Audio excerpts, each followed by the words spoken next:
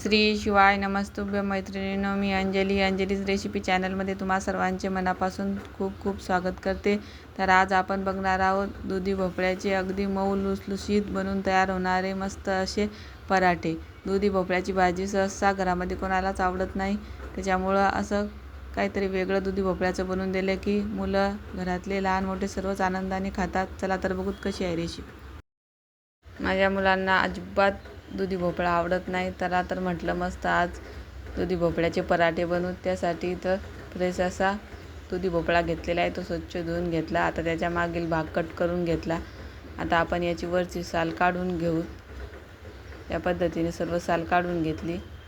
आता कद्दूचे 2 भाग केले आणि किसणीने त्याला किसून घेतला. तर बघू शकता या पद्धतीने कद्दू किसून घेतलेला आहे. कद्दू किसून झालाय. आता आपण पीठ मळून घेऊ. तरी ते घेतलेलं आहे गव्हाचं पीठ. आता त्याच्यामध्ये घालू तर आपण 1 वाटी बेसन पीठ, हिरवी मिरची, लसण, जिऱ्याची पेस्ट आहे, चवीपुरतं मीठ, 1 वाटी कोथिंबीर बारीक कट केलेली, 1 चम्मच धनेपूड. आपण जिरे घातलेले आहेत, तुम्ही जिऱ्याऐवजी जिरेपूड पण घालू शकता.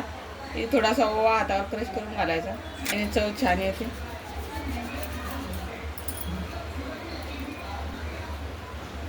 आता किसलेला कद्दू घालू. अर्धा चम्मच हळद. आता हे सर्व पिठामध्ये व्यवस्थित मिक्स करून घेऊ. आता थोडं थोडं पाणी घालून पीठ मळून घेऊ. आपण चपातीला मळतो त्या पद्धतीने हे पीठ मळून घ्यायचं, जास्त घट्ट नाही ठेवायचं.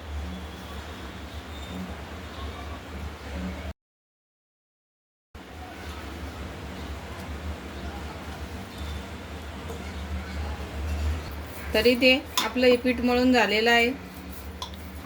अगदी चपात्याला मळतो त्या पद्धतीचं पीठ मळून घ्यायचं. आता याला थोडंसं पाणी लावून 10 मिनटं असंच झाकून ठेवून मुरायचं. तर 10-15 मिनटं झालेली आहे आणि पीठ मस्त मुरलेलं आहे. आता आपण याचे पराठे लाटून घेऊ. या पद्धतीने परत एकदा तेलाचा हात लावून मळून घेऊ. पीठ तयार झाले. आता आपण पराठा लाटून घेऊ. तर एवढं पीठ घेतलेलं आहे मी पराठा लाटण्यासाठी.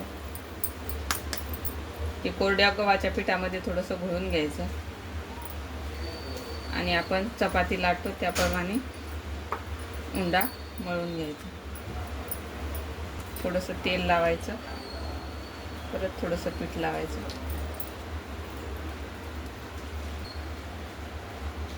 परत थोडं पीठ टाकायचं आणि या पद्धतीने उंडा बनवून घ्यायचा.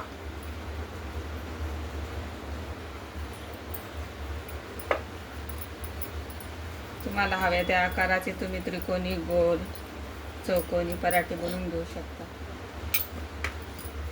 तर इथे मी या पद्धतीने गोल पराठा बनवून घेते.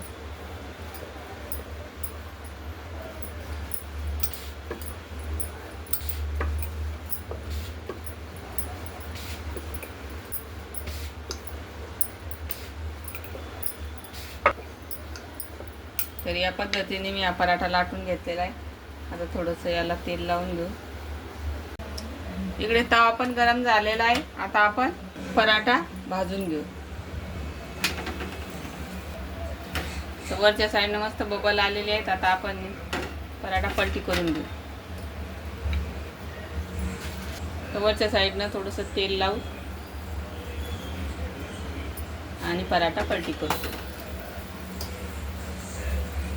तर या पद्धतीने तुम्ही कद्दूचे पराठे करून खाल्ले तर सर्वजण आवडीने खातील. मुलं पण मस्त फुगतात ते पराठे, बघू शकतात. आणि खायला पण अप्रतिम लागतात. तर मस्त दोन्ही साईडने खरपूस कलरवर भाजलेला गेलेला आहे पराठा. आता आपण हा काढून घेऊ. आता सर्व पराठे आपण या पद्धतीने लाटून घेऊ आणि भाजू. इथे दुसरा पण पराठा लाटून झालेला आहे. आता आपण हा पण भाजून घेऊ. वरच्या साईडनं अशी बबल आली समजायची, खालची साईड व्यवस्थित भाजलेली आहे. आता पलटी करून घेऊ.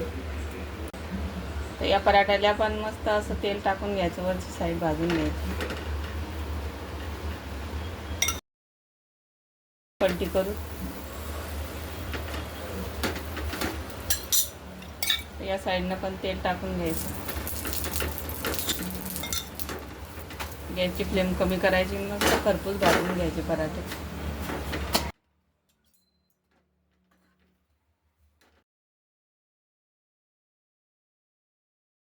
सर्व पराठे आपण या पद्धतीने करून घेऊ. तरी जे तयार झालेले आहेत मस्त असे आपले कद्दूचे पराठे तुम्ही बघू शकता किती मस्त मऊसूत झालेले आहेत. आता आपण हे सर्व करू. तर हे पराठे तुम्ही शेंगदाण्याच्या चटणीसोबत, लोणच्यासोबत, दह्यासोबत, तुम्हाला जे आवडेल त्यासोबत खाऊ शकता. अगदी मऊ लुसलुशीत ते पराठे बनवून तयार होतात. तर बघू शकता